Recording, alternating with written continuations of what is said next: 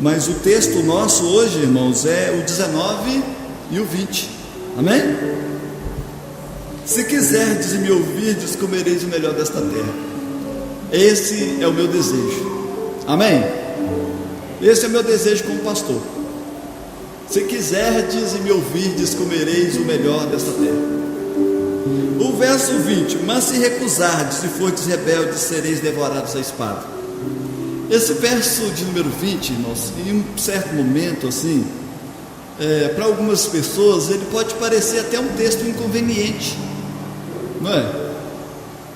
Somos servos de Deus, somos chamados por Jesus na sua graça, lavados e remidos no sangue do Cordeiro. Por que nós não vamos falar então somente só do verso de número 18?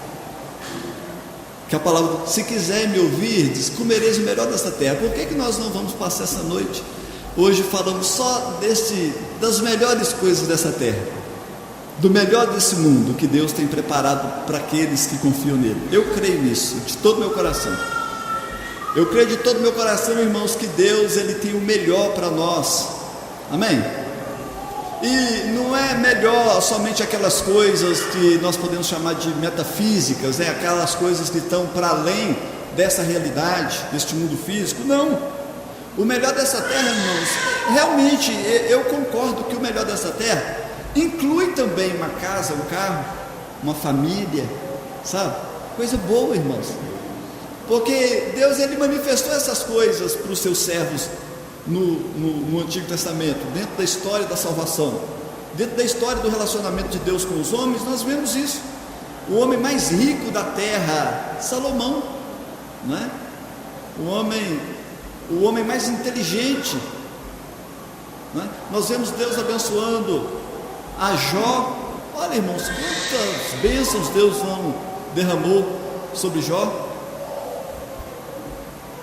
O meu cameraman poca minha cara, tá, irmãos? Irmãos, olha o que é que Deus, para Josué, para Davi, para tantos homens de Deus, para Abraão, para tantos servos de Deus aqui, olha, esse negócio, para tantos servos de Deus aqui, irmãos, na história da salvação, olha o quanto Deus tem feito, irmãos. Deus é fiel, poderoso, Ele pode realmente cumprir o propósito do seu coração, amém?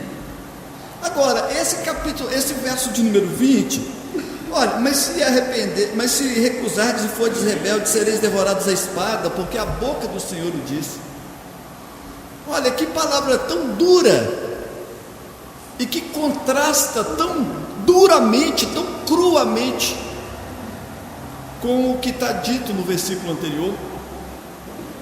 É apresentado, irmãos, a bênção tão grandiosa, comer o melhor desta terra, desfrutar do que tem de melhor, em contraposição com a desobediência, vocês serão devorados à espada, consumidos completamente. Eu entendo, irmãos, que esse texto é uma bênção, observando que Jesus falou mais sobre o inferno do que sobre o céu. Isso é uma verdade nos evangelhos, por causa da preocupação que Deus tem, que Deus tinha e tem, com as pessoas, irmãos, irem para o inferno, e a preocupação que Deus tem com o fato das pessoas não optarem pela bênção, as pessoas não desejarem a bênção. Então Deus ele coloca uma advertência desse tamanho, com o propósito de que você não se desvie do caminho do Senhor. Eu me incluo nesse você, que nós não nos desviemos do chamado de Deus para nós, porque Deus, irmãos, o plano de Deus é a bênção. Ele planejou uma história de sucesso, de bênção e de triunfo para você e para mim, amém? Esse é o plano de Deus. Gente, se vocês quiserem, a convocação de Deus é essa: vinde, arrazoemos, diz o Senhor, e ainda que os vossos pecados sejam como escarlate, eles se tornarão brancos como a neve, e ainda que sejam vermelhos como o carmesim, se tornarão brancos como a lã. E se vocês quiserem me ouvirem, gente, vocês vão comer o melhor dessa terra. Então é claro que o desejo expresso nesse texto O desejo de Deus é a bênção, que vocês venham, que nós nos cheguemos diante do Senhor, busquemos a face do Senhor, confessemos o nosso pecado diante do Senhor, nos arrependamos dos nossos pecados e começamos a obedecer ao Senhor e comer o melhor dessa terra. Esse é o plano de Deus. E como advertência, Deus diz: gente, mas se vocês não quiserem, o fim vai ser trágico, porque serão devorados à espada, diz o Senhor dos exércitos. Porque a boca do Senhor o diz. Esse texto do profeta Isaías, ele não está lançado assim. Isaías, ele não tirou isso de trás da orelha. Isaías, nesse texto aqui, irmãos, ele está citando a lei. Eu gostaria de convidar você, se você for rápido na Bíblia, a abrir Deuteronômio capítulo 11, verso 26. Se você não for, acompanhe a leitura. E a Débora também, numa velocidade estrondosa ali, vai estar colocando no data show também. Deuteronômios 11, verso 26. Eis que hoje eu ponho diante de vós a bênção e a maldição. A bênção, quando cumprides os mandamentos do Senhor vosso Deus, que hoje te ordeno. A maldição, se não cumprirdes os mandamentos do Senhor vosso Deus, mas vos desviardes do caminho que hoje vos ordeno, para seguirdes outros deuses que não conheceste. Então aqui está estabelecido na lei uma maneira de Deus relacionar com o seu povo. Olha, eu proponho diante de vocês, eu coloco diante de vocês a bênção e a maldição. A bênção, quando vocês cumprirem os meus mandamentos, quando vocês obedecerem os meus mandamentos que hoje vos ordeno, diz o Senhor. Ou seja, o que está estabelecido aqui na palavra do Senhor, eu gostaria até de abrir um parêntese para explicar essa colocação de Deus. Preste atenção, quando vocês cumprirem os mandamentos tem bênção, e quando vocês não cumprirem os mandamentos tem maldição. Vocês entenderam? Irmãos, olha que coisa interessante. Em obedecer a palavra do Senhor tem bênção, e não existe neutralidade. Não existe neutralidade. Eu exorto todo domingo aqui por causa disso. Não existe neutralidade. Quem não cumprir, maldição. A palavra do Senhor diz no verso 28: a maldição, se não cumprir os mandamentos. É uma coisa, irmãos, que está na vontade de Deus para nós, e que contrasta também a doutrina de Deus com a de vários filósofos do mundo, inventores de religião no mundo. A maioria das religiões, influenciada pelo confucionismo, uma religião que existe e que nasce na Ásia. Confúcio diz o seguinte: aquilo que você não quer que as pessoas te façam, não faça para o seu próximo. Aquilo que você não quer que as pessoas te façam, não faça para o próximo. Ou seja, a religião, irmãos, é uma religião de neutralidade. Ou seja, se você não fizer, você está correto. Eu quero que vocês prestem atenção nisso. Olha, eu quero que a pessoa me bata? Não. Eu quero que a pessoa me roube? Não. Então basta eu não bater, eu não roubar, eu não difamar, que eu estou certo, que eu estou correto. Essa, irmãos, é basicamente a religião do mundo, de todos, influenciado por esse pensamento confucionista. Mas agora Jesus não. Jesus, ele diz assim: ó, aquilo que você quer que os homens vos façam, faça vós aos homens. Vocês entenderam? Ou seja, não existe um lugar de ficar sentado e contemplando o que vem acontecendo. Não, é um convite, irmãos, para nós desenvolvermos uma conduta que nos faça parecidos com Jesus, nos faça parecidos com Deus. Então a palavra do Senhor diz: a bênção quando cumprirdes os mandamentos, a maldição quando não cumprirdes os mandamentos do Senhor. Deuteronômio ainda, capítulo 28, diz assim, irmãos, 28, verso 1. Deuteronômio capítulo 28, verso de número 1.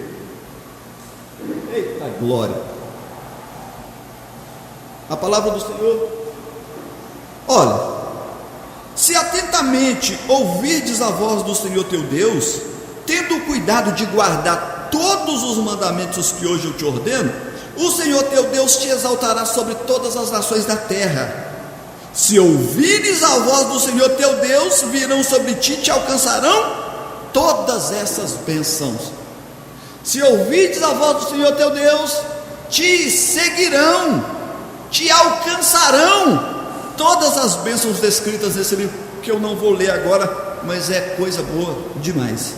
Agora o verso de número 15, a palavra do Senhor diz, irmãos, no verso 15 da seguinte maneira: será, porém, que se não deres ouvidos à voz do Senhor teu Deus, não cuidando em cumprir todos os mandamentos e os seus estatutos que hoje eu te ordeno, então virão todas essas maldições sobre ti e te alcançarão.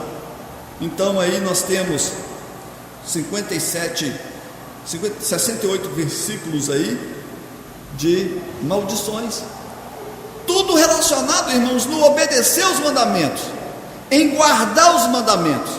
Aqui em Deuteronômio diz: se ouvires a voz do Senhor teu Deus. Em Isaías, qual foi o convite? Se quiserdes e me ouvirdes, comereis o melhor dessa terra. E a palavra do Senhor, na verdade, nos mostra que Isaías estava somente citando a lei que foi estipulada exatamente por Deus para que o homem vivesse de acordo com ela.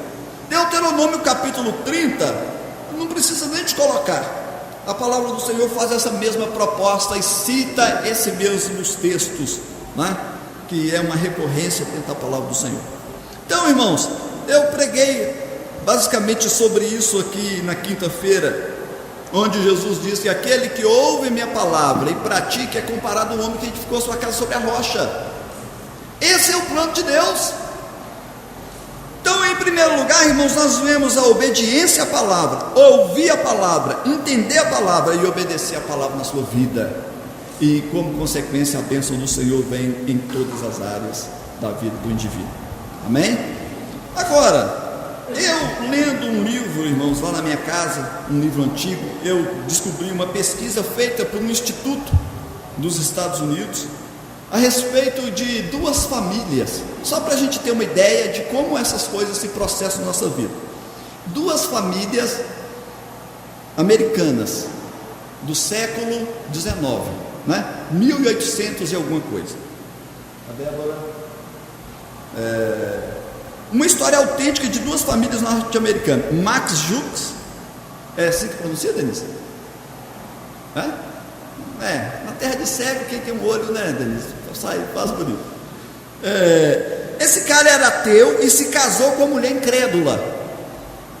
Uma pesquisa feita em cerca de 560 de seus descendentes, ele teve, esse casal, uma descendência, né, que quando foi feita a pesquisa, 560 descendentes.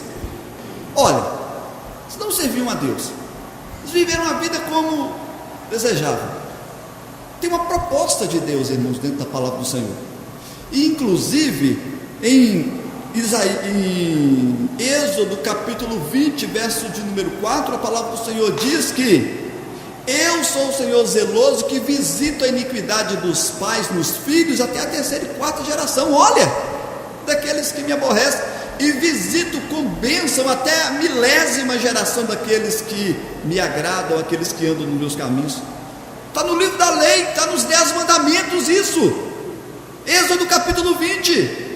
Ou seja, irmãos, você servir a Deus é uma questão ética, é uma questão, irmãos, que não envolve só você, mas nós precisamos de entender que o nosso estilo de vida vai ficar como uma mancha espiritual sobre a nossa descendência, ou também, por sua vez, vai ficar como, irmãos, um peso de glória, de bênção sobre as pessoas que sobre os nossos descendentes. Todo mundo entendeu isso? A palavra do Senhor diz claramente: você é mãe, você é pai.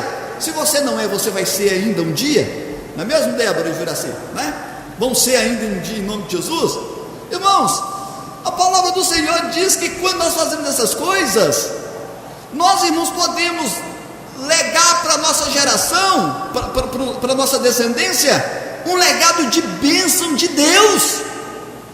Vocês lembram, irmãos, que Davi, ele fez uma aliança com Jonatas? Vocês lembram dessa história? No livro de Reis, Davi faz uma aliança com Jonatas, e Jonatas morre na guerra com seu pai. E depois, irmãos, eles, no meio daquela confusão, mataram-se quase toda a descendência de Saul. Porém, em um certo momento, Davi parou e falou: olha, tem alguém da descendência de Jonatas para me usar de bondade com ele? Então encontrou um rapaz chamado Mefibosete, que era um cara aleijado, que é um cara que foi criado em Lodebar, a cidade do silêncio, a cidade do esquecimento, o esquecido, aleijado, Mefibosete. Então ele é chamado por Davi.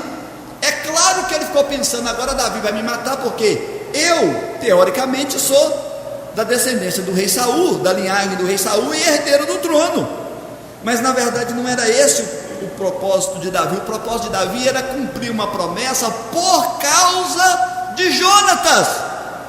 Não era por causa de Mefibosete. Não existia nada em Mefibosete que atraísse a atenção do rei Davi. Mas Davi queria ser fiel e leal com a promessa feita a Jonatas, o seu amigo. É claro que do mesmo jeito é conosco. Deus fez uma promessa a Jesus, e a promessa é que aqueles que fossem da descendência de Jesus, aqueles que não nasceram da vontade da carne, nem da vontade do varão, nem da vontade do homem, irmãos, esse seria conhecido como filhos de Deus. A palavra do Senhor diz em Evangelho de João, capítulo 1, verso 11: ele veio para os que eram seus, e os seus não receberam, mas a todos quantos o receberam, deu-lhes o poder de serem feitos filhos de Deus, os quais não nasceram da vontade da carne, nem da vontade do varão, nem da vontade do homem. É uma redundância, né? Só para deixar claro que não vem, irmãos, de uma geração humana, mas nasceram de Deus, nasceram do Espírito Santo do Senhor. Então não tem nada a ver comigo, tem a ver com Deus e com a bênção que foi herdada por Jesus. Tem um hino que nós cantamos assim: olha, tudo que Jesus conquistou por nós na cruz é direito nosso, é nossa herança, e é verdade. E consequentemente, irmãos, vocês podem ter certeza que os pais também legam uma herança de bênção ou de maldição para os seus filhos. Então preste atenção, preste atenção. A pesquisa diz: de 560 descendentes desse casal, 300 deles morreram em extrema pobreza. Esse cara, esqueci de falar, ele era um importante advogado na época, 1800, lá vai fumaça. 150 tornaram-se criminosos, 7 dos quais assassinos. 100 ficaram conhecidos como beberrões, e mais da metade das mulheres se prostituiu. Irmãos, a descendência desse cara, aproximadamente 2 séculos e pouco, 560 descendentes com um histórico perverso, histórico terrível. Os descendentes de Max Jukes custaram mais de $1.500.000, dólares do século XIX, que claro que, né, tinha outro valor, né, muito mais elevado do que o dólar de hoje, ao governo americano. É claro, irmãos, há um tempo atrás nós fizemos aqui o culto do universitário, o culto do estudante, não é do universitário, mas do estudante. Chamei um psicólogo pós-graduado nessa área, porque eu queria que ele preparasse o coração dos estudantes para enfrentar a universidade. A universidade, irmãos, conduzida pelo senso de ciência que nasce lá em Descartes, né, no discurso do método, uma nova concepção de ciência. Eu acredito que os irmãos aqui, a grande maioria, não sabem nem quem é esse cara, mas assim, olha, eles criam uma concepção de mundo mecânico que exclui tudo que é sobrenatural. Toda a explicação da realidade do mundo levando em consideração, irmãos, apenas esse contexto histórico e social, sem levar em consideração que existem forças sobrenaturais, que existem bênçãos sobrenaturais, que também, irmãos, que eles também influenciam, e que é a maior influência. É claro que é o mundo espiritual que influencia o mundo físico e não o contrário. O mundo espiritual que criou o mundo físico, o mundo espiritual que governa e que julga e que direciona todas as coisas. Então, irmãos, olha, é um dado concreto. Eles não fizeram isso, não foi com a vida somente desse cara, fizeram com várias. Mas eu peguei desse moço aqui para a gente fazer uma análise do que acontece com a vida de uma pessoa que não tem o Senhor. Vocês conhecem pessoas que, irmãos, vocês conhecem pessoas que eram alcoólatras?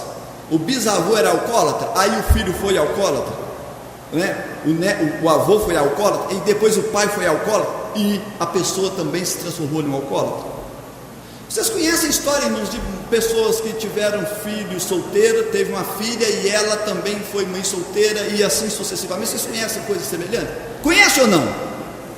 Vocês conhecem, irmãos, pessoas que enveredaram ou no crime, ou em alguma situação de pecado na vida, e essa coisa foi perpetuando, irmãos, foi perpetuando sobre a vida das pessoas, porque está estampado na Bíblia, irmãos, que Deus deixou isso estabelecido. A palavra do Senhor diz, irmãos, não vos enganeis, de Deus ninguém zomba. Aquilo que o homem semear, isso também ele colherá. Aquele que semeia na sua carne, da carne colherá corrupção. E aquele que semeia no Espírito, do Espírito colherá vida eterna. É um convite, irmãos, e uma lei estabelecida por Deus para nós. E nós vemos aqui, irmãos, o que nós estamos fazendo aqui como igreja do Senhor, você rapaz, você moça, você pai, você mãe, eu quero dizer para você que o que nós estamos fazendo aqui como igreja vai repercutir não somente nas gerações, mas na eternidade. Você está com o seu filho, você está com a sua filha, você pode ter certeza que em primeiro lugar vai ficar um exemplo para ele.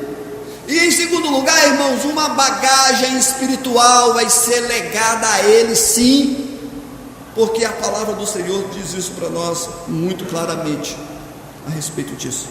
Então é uma coisa muito séria. Eu gostaria de conclamar, como fez o apóstolo Paulo em Gálatas, nesse texto que eu acabei de citar, como fez Moisés no livro da lei, como diz Jesus: eis que eu vos proponho a bênção e a maldição, escolha a bênção para que viva tu e a tua casa. É assim que está escrito: escolhe a bênção para que você viva, você e a sua casa, de acordo com a bênção que você escolher do Senhor. Irmãos, há uma responsabilidade nossa diante de Deus, não somente com a nossa salvação pessoal, mas também com o vigor, com a saúde daqueles que vão ficar da nossa descendência depois que nós saímos daqui desse mundo. Amém? Quero que você entenda isso, porque isso é uma coisa muito importante dentro da palavra do Senhor. Olha, 300 pessoas na miséria extrema, 150 criminosos, 7 deles assassinos, 11 conhecidos como beberrões, e grande prostituição se apoderou daquela família. Leia a história da Bíblia, veja o pecado de Davi. Olha o que acontece na família dele. Ele pecou, e Deus falou: olha, eu vou levantar da sua casa, eu vou levantar a espada contra você. E olha, irmãos, olha o que acontece naquela família. Então, irmãos, quando nós olhamos a sociedade, quando nós olhamos o mundo, nós temos que entender, irmãos, que muitas coisas que acontecem não é por causa de políticas. Muitas coisas que acontecem, irmãos, é por causa de que há uma semente terrível e ela precisa ser arrancada da nossa vida. Por causa disso, irmãos, quem precisa casar, casa, irmãos. Quem precisa de casar, case.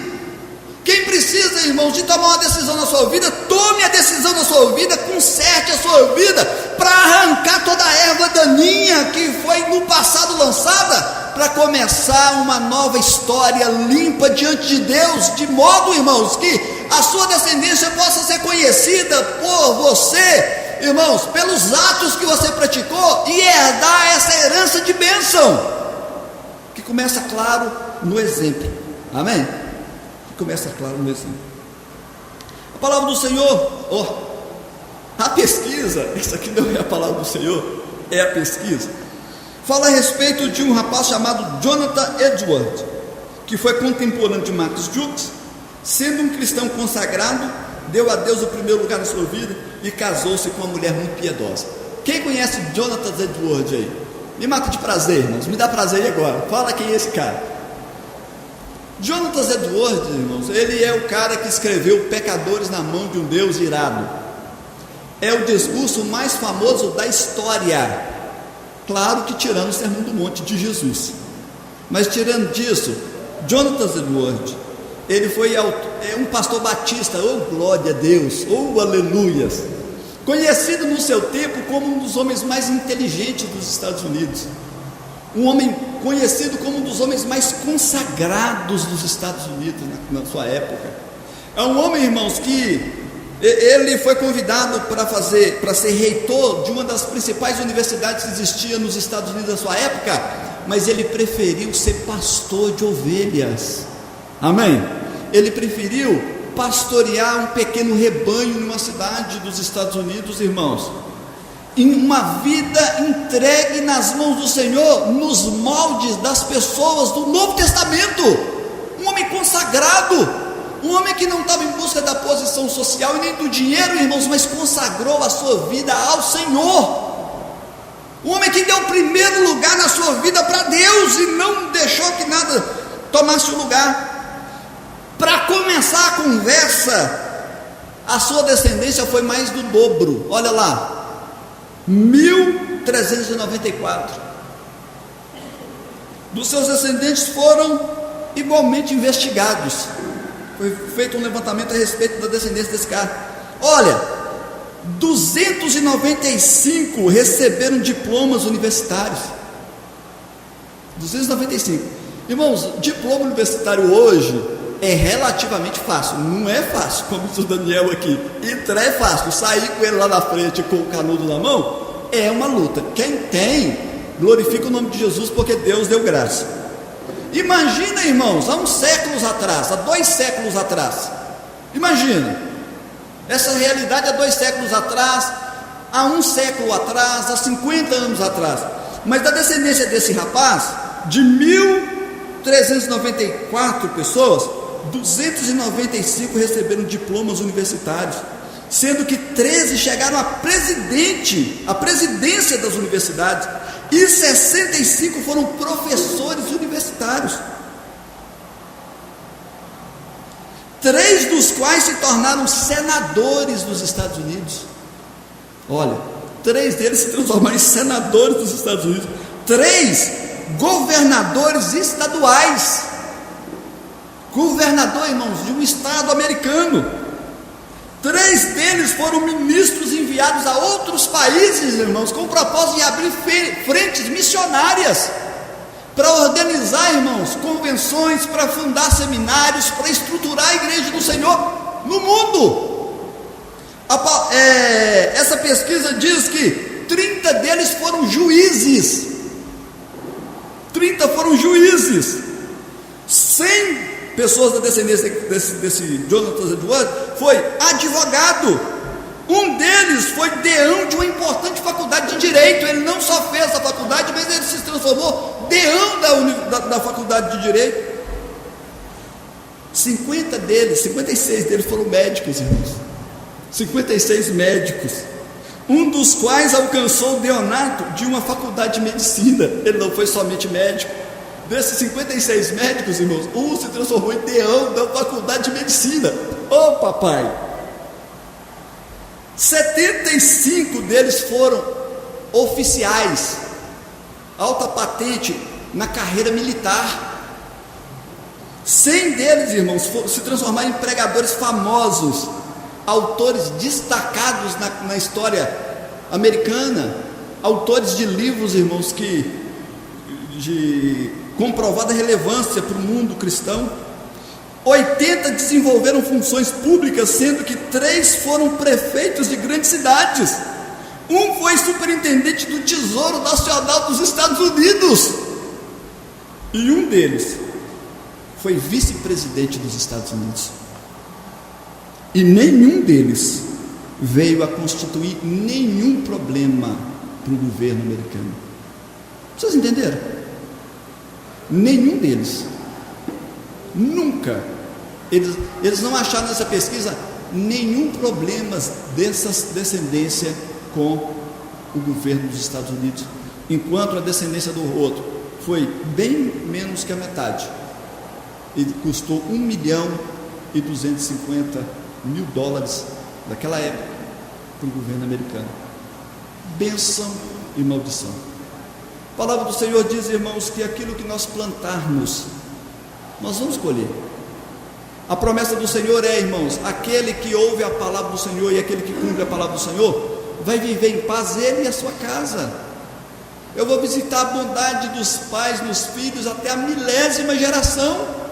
E a gente vê recorrentemente na Bíblia coisas como essa acontecendo, Deus abençoando fulano, porque por que Deus, irmãos, poupou a cidade de Jerusalém? Por que Deus não relegou a cidade de Jerusalém a nada, a um pedaço de deserto, infértil, improdutível, lá no meio do nada?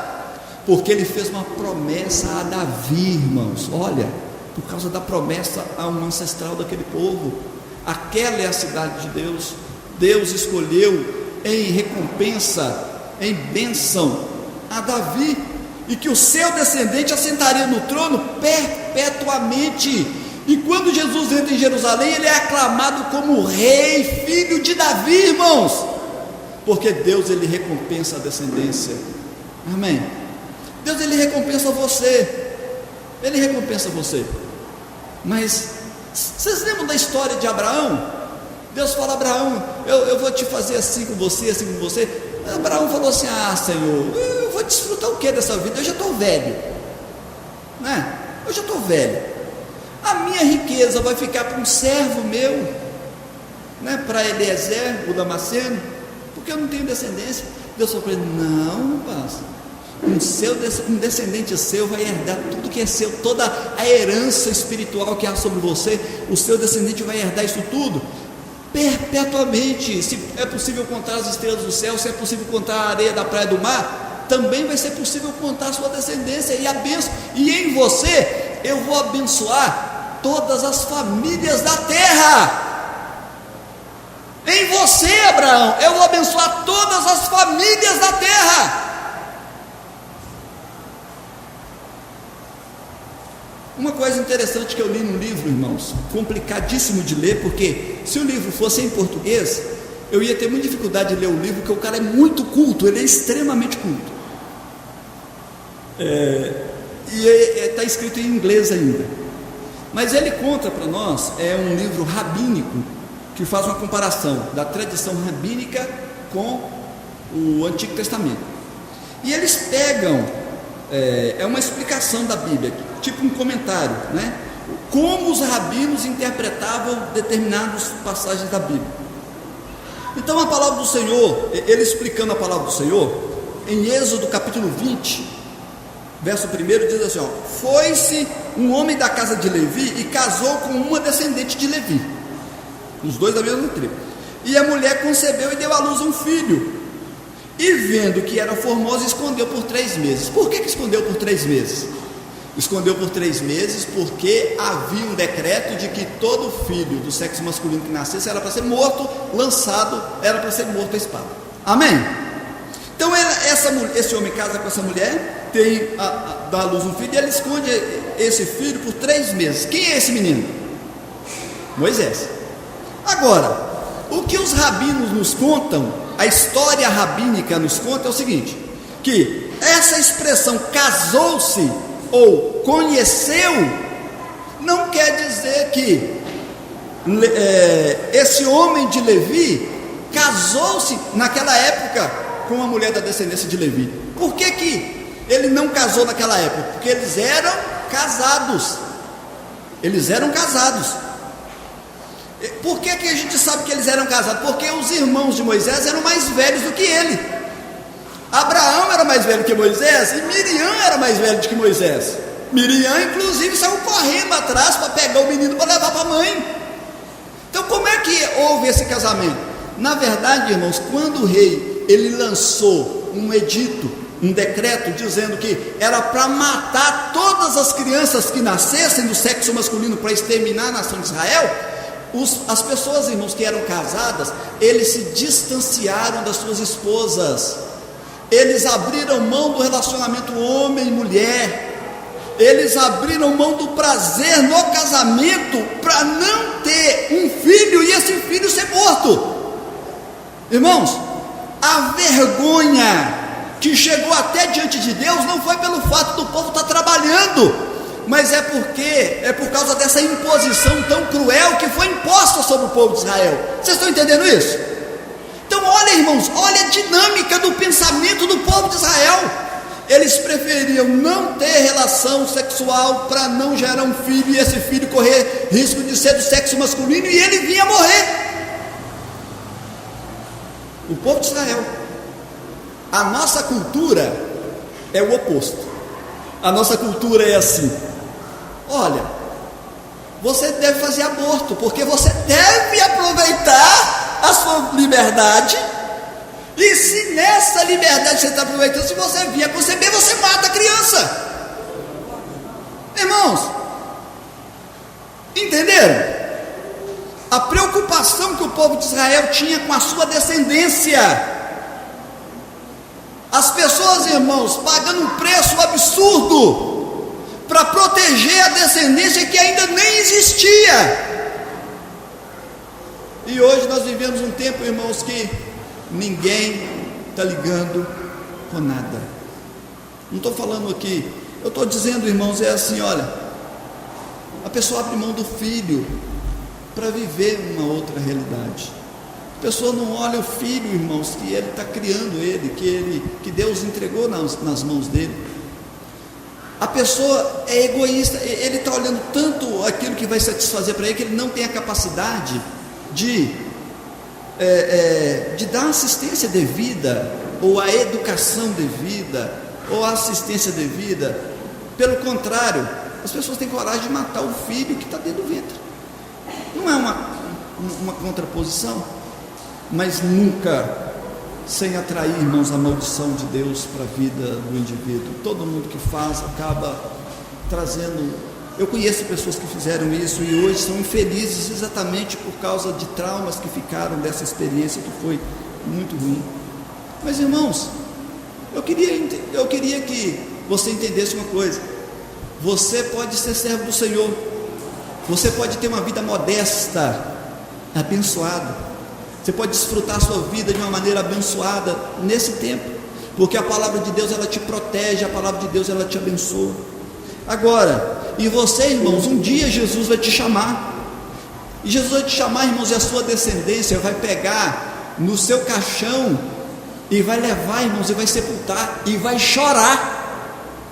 E não vai chorar de desespero, não vai chorar porque tem a convicção de que uma pessoa de bem viveu, existiu, cumpriu o seu papel e agora passou para eles a responsabilidade de continuar vivendo, de continuar levando o nome da família. E essa família então, irmãos, vai triunfar, essa família vai prosperar por causa do seu exemplo e por causa da bênção de Deus que foi estendida sobre você, por causa dos atos que o seu antepassado, o seu ancestral fez. Você pode desfrutar disso na sua vida, irmãos, e isso é maravilhoso. Esse é o chamado de Deus.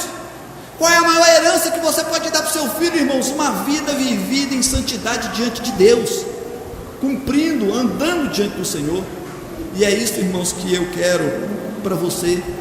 Aí depois, a pessoa, irmãos, não é um motivo só que faz a pessoa ir para as drogas, não é um motivo só que faz a pessoa ir para a prostituição, né? A multidão de pessoas que estão envolvidas nas drogas, a multidão de pessoas que estão envolvidas nos crimes, a multidão de pessoas que estão envolvidas, que estão em extrema pobreza, a multidão de pessoas que está vivendo de uma maneira lamentável. Não é uma coisa só que vai caracterizar, que vai gerar aquela realidade. Mas nunca pode se descartar que há uma colheita, há uma semeadura e há uma colheita. Amém? E nós temos que entrar, irmãos, entender esses princípios de Deus e buscar a bênção de Deus para aqueles que são nossos. Amém? Você vai abençoar o seu filho que nem existe ainda, mas você vai ser canal da bênção de Deus para ele. Você vai atrair a bênção de Deus para a sua vida, irmãos, para a sua casa, em nome de Jesus, servindo ao Senhor, obedecendo os propósitos do Senhor. Se quiserdes e me ouvirdes, vocês vão comer o melhor dessa terra. Deus está falando isso para o povo de Israel, para a igreja do Antigo Testamento. A lei foi escrita para a igreja do Antigo Testamento. Eu gostaria de convidar você para ficar de pé.